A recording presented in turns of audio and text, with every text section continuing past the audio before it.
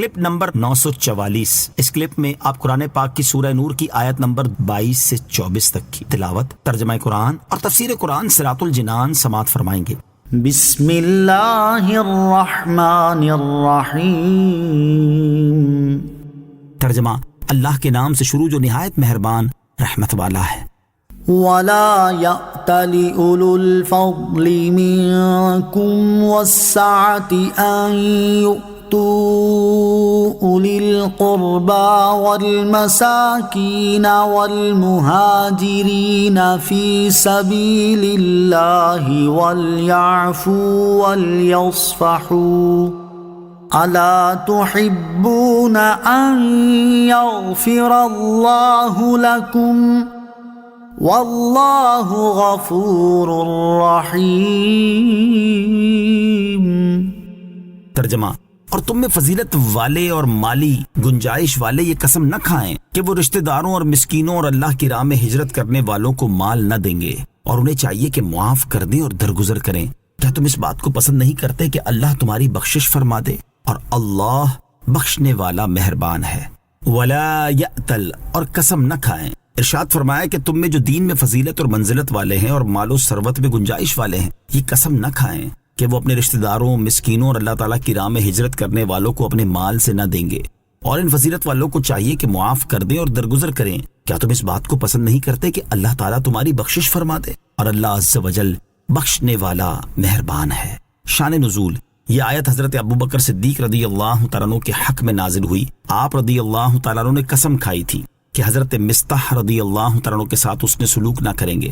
حضرت مصطح رضی اللہ تعالیٰ عنہ حضرت ابوبکر صدیق رضی اللہ تعالیٰ عنہ کے خالہ کے بیٹے تھے، نادار تھے، مہاجر تھے، بدری تھے، اور حضرت ابوبکر صدیق رضی اللہ تعالیٰ عنہ ہی ان کا خرچ اٹھاتے تھے، مگر چونکہ ام المومنین حضرت عائشہ صدیقہ رضی اللہ تعالیٰ عنہا پر تہمت لگانے والوں کے ساتھ انہوں نے موافقت کی تھی، اس لیے آپ رضی اللہ تعالیٰ عنہ نے یہ قسم کھائی۔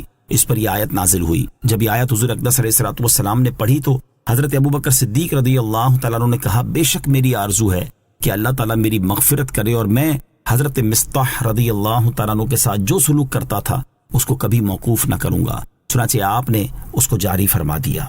آیت وَلَا يَأْتَلِ أُولُو الْفَضْلِ مِنكُمْ وَالسَّعَةِ سے معلوم ہونے والے مسائل۔ اس آیت سے 3 مسئلے معلوم ہوئے۔ نمبر 1، جو شخص کوئی کام نہ کرنے کی قسم کھائے پھر معلوم ہو کہ اس کا کرنا ہی بہتر ہے تو اسے چاہیے کہ اس کام کو کر لے، لیکن یہ بات یاد رہے کہ اسے قسم کا کفارہ دینا ہوگا، جیسا کہ حضرت ابو ہریرہ رضی اللہ تعالی عنہ سے روایت ہے۔ رسول کریم علیہ الصلوۃ والسلام نے ارشاد فرمایا، جو شخص قسم کھائے اور دوسری چیز اس سے بہتر پائے تو قسم کا کفارہ دے دے اور وہ کام کر لے۔ نمبر 2، اس آیت سے حضرت صدیق اکبر رضی اللہ تعالیٰ عنہ کی فضیلت ثابت ہوئی اور اس سے آپ رضی اللہ تعالیٰ عنہ کی بلند شان اور مرتبہ ظاہر ہوتا ہے کہ اللہ تعالیٰ نے آپ کو اولو الفضل فرمایا۔ نمبر 3، رسول کریم علیہ الصلوۃ والسلام اور دیگر انبیاء اور رسول علیہ الصلوۃ والسلام کے بعد حضرت ابوبکر صدیق رضی اللہ تعالیٰ عنہ تمام مخلوق سے افضل ہیں۔ ان الذين يرمون المحصنات الغافلات المؤمنات لعنوا في الدنيا والآخرة ولهم عذاب عظيم۔ ترجمہ، بے شک وہ جو انجان پاک دامن ایمان والی عورتوں پر بہتان لگاتے ہیں ان پر دنیا اور آخرت میں لعنت ہے اور ان کے لیے بڑا عذاب ہے۔ ان الذین، بے شک وہ جو، اس آیت اور اس کے بعد والی 2 آیات میں تہمت لگانے والے منافقین کی سزا بیان کی گئی ہے۔ اس آیت کا خلاصہ یہ ہے کہ وہ عورتیں جو بدکاری اور فسق و فجور کو جانتی بھی نہیں اور برا خیال ان کے دل میں بھی نہیں گزرتا اور وہ پاک دامن اور ایمان والی ہیں، ایسی پاکیزہ عورتوں پر بدکاری کا بہتان لگانے والوں پر دنیا اور آخرت میں لعنت ہے اور ان کے لیے بڑا عذاب ہے۔ حضرت عبداللہ بن عباس رضی اللہ تعالیٰ عنہ نے فرمایا کہ آیت میں عورتوں کے بیان کردہ اوصاف سید المرسلین صلی اللہ تعالی علیہ وآلہ وسلم کی ازواج مطہرات کے اوصاف ہیں، اور ایک قول یہ ہے کہ اس سے تمام ایماندار اور پارسا عورتیں مراد ہیں، انہیں عیب لگانے والوں پر اللہ تعالیٰ لعنت فرماتا ہے۔ اور تفسیر خازن میں ہے کہ اس آیت میں جو وعید ذکر کی گئی ہے یہ عبداللہ بن ابی بن سلول منافق کے حق میں ہے۔ خلاصہ کلام یہ ہے کہ آیت کا شان نزول اگرچہ خاص ہے لیکن معنی اور حکم سب کو عام ہے۔ يوم تشهد عليهم ألسنتهم وأيديهم وأرجلهم بما كانوا يعملون. ترجمہ: جس دن ان کے خلاف ان کی زبانیں اور ان کے ہاتھ اور ان کے پاؤں ان کے اعمال کی گواہی دیں گے. یوم تشہد علیہم، جس دن ان کے خلاف گواہی دیں گے.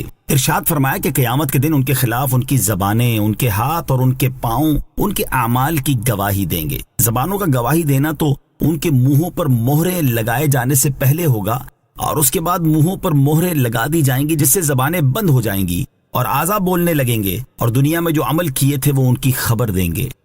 صلو علی الحبیب صلی اللہ تعالی علی محمد صلی اللہ تعالی علیہ وسلم. مجھے اپنی اور ساری دنیا کی لوگوں کی اصلاح کی کوشش کرنی ہے انشاءاللہ عز و جل.